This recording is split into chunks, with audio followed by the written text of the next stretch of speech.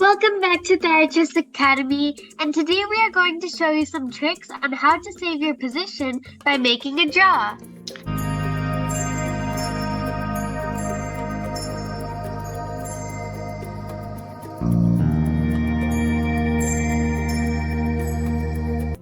Hi everyone. Yeah, for today we Hi. prepared very interesting positions, so let's start. In the first position on the chessboard, you see that black has a pretty big advantage. It's an extra queen. Of course, white pins the queen, so you may think, okay, we can just get the queen back, capture it, and our position would be saved.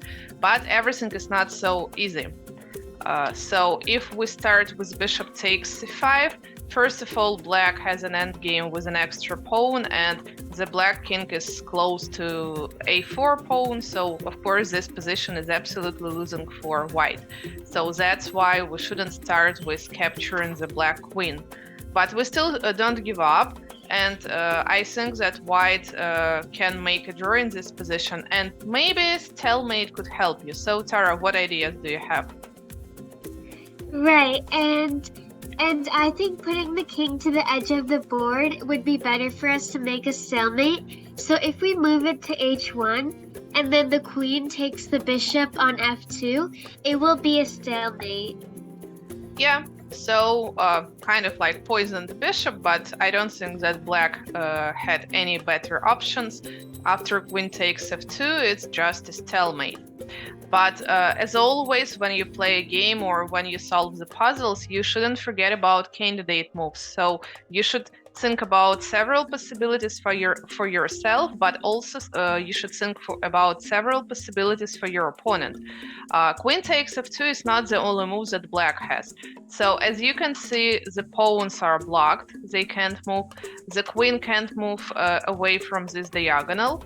Yeah, but the king also can move. So for instance, let's try queen d4. Yeah, so if black tries to avoid stalemate, then we just capture the queen, c5, and just bishop c3 would be enough in this position. Unfortunately, it's not a winning position for white, even after white captures both of the pawns, because it's a rook pawn, and it wants to promote on the light square, but white has a dark square bishop. So if you get this position for black and you don't know what to do, just put your king in the corner, and that's all. No matter what white gonna do after this, it's not possible to do something against the king. So yeah, it was a variation with queen d4. Yeah, and the same idea, if the king moves away, it's not so important where exactly king moves. We capture the queen. Of course, white doesn't lose this endgame, but unfortunately, white also doesn't win it. So black still can just play king a8 and just move king like b8, a8, a7, b7, and it would be not possible for white to win the endgame. So yeah, but Tara is absolutely right. A stalemate idea, probably this plan is more beautiful, let's say. Yeah, in chess, a more interesting position. So after queen takes f2, it's just a stalemate. Yes, and taking a look at the other variations, one of the biggest reasons that the pawn couldn't promote is that it was a rook pawn. And like you said, it promotes on a light square, but we have a dark squared bishop. So one of the possibilities is a stalemate trap, and the other variations are where the bishop could take the queen, but even with extra material, white is unfortunately not able to win because of his rook pawn. Okay. So probably we can go to the next puzzle. Okay, so for the first look, it looks like white has some extra material, yeah, an extra knight, but the problem is that the knight can't stop the pawn. So of course, that's why white would be happy to make a draw in this position. So Tara, what ideas do you have? So for those of you looking for fork tactics, you might be looking for a move like knight to d4, but unfortunately that only attacks the pawn and not the king. So after black promotes to a queen, white will be in a checkmate. So instead, let's find a better move. Similar to our first position, where we tried to stalemate the king, here the king's only square is to g1. So let's try moving the knight to g1 to cover up that square. And now the white king will have no other squares. And let's say that black promotes the queen. And then this will be a stalemate for white because the king has no squares, but the queen is also pinning the knight. So the knight can't move away because then the king would be in a check. Yeah, so, and the same happens if black promotes to a rook. Yeah, so if black tries to promote to a stronger piece than the knight is, so then it's a stalemate. If black promotes to a knight or to a bishop, yeah, we just play knight takes h3. I don't think that this endgame could be winning for white, because for black it would be just enough to trade the knight to the pawn and get a draw position. Yeah, but it's still like white doesn't lose, so... if black for some reason doesn't promote and moves the king somewhere, yeah, try maybe to get closer to the pawn and help it, then we just play knight e2, stop the pawn, and I think that our plan could be to move the king to g3 to capture pawn on h3, and for the white knight, yeah, having it on c1 or a2, yeah, later, maybe several moves later, should be enough for white to win the game. So instead of draw, yeah, white even wins this end game. So that's why Tara is right. Knight g1 is just a draw move, so it saves white's position. Yeah. So, and all these puzzles is an example that you shouldn't give up, even if you think that your position is really bad. Still do your best and try to find the way how not to lose.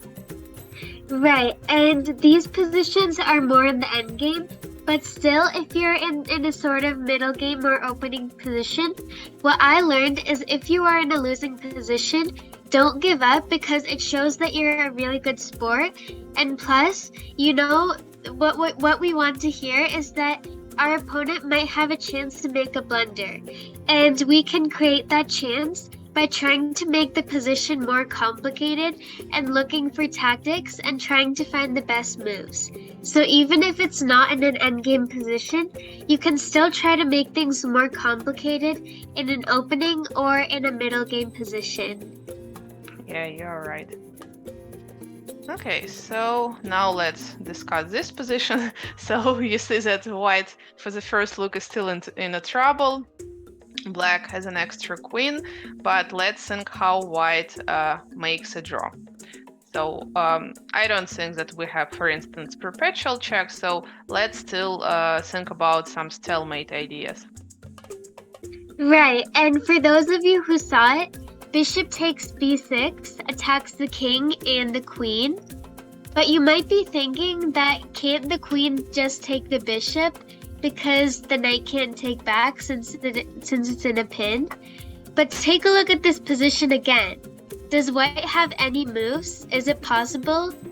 Yeah, white doesn't have any moves. The king has no squares, the pawn is blocked, and plus the knight is pinned. So if the queen takes the bishop on b6, it will be a stalemate for white. I agree. So if for some reason black doesn't capture and moves the king away, okay, we get the queen, black gets the knight, but it's like opposite colored bishop's endgame, so it's absolutely equal, and of course it's not like a winning position for someone, it's just a draw position. But like as a chess player, of course, I like this variation more because like position is more interesting, like with the queen, but still not a winning position, stalemate. So I prefer queen takes b6. Yeah. Okay. So now let's discuss this puzzle. Yeah, of course, black still have an extra queen. Yeah. Let's think maybe what happens if white captures the queen. Yeah, then white loses the rook, and of course this endgame is absolutely winning for black. So taking the queen is not a good plan, but we still have a hope to make a draw. So Tara, what ideas do you have? Right, and for draws, even though it's like trying to equalize the position, you should still look for your checks, captures, and threats. We already looked at our captures, so let's make a check and a threat. So we can move our rook to a8 and attack the king. Yeah, it by the way can't move anywhere, right? So Right. if the queen captures the rook, what happens? Yeah, and now the threat is that white has no moves, so it's a stalemate for white. But of course, as we said before, you have to think about several candidate moves. So, for instance, rook to g8 is possible.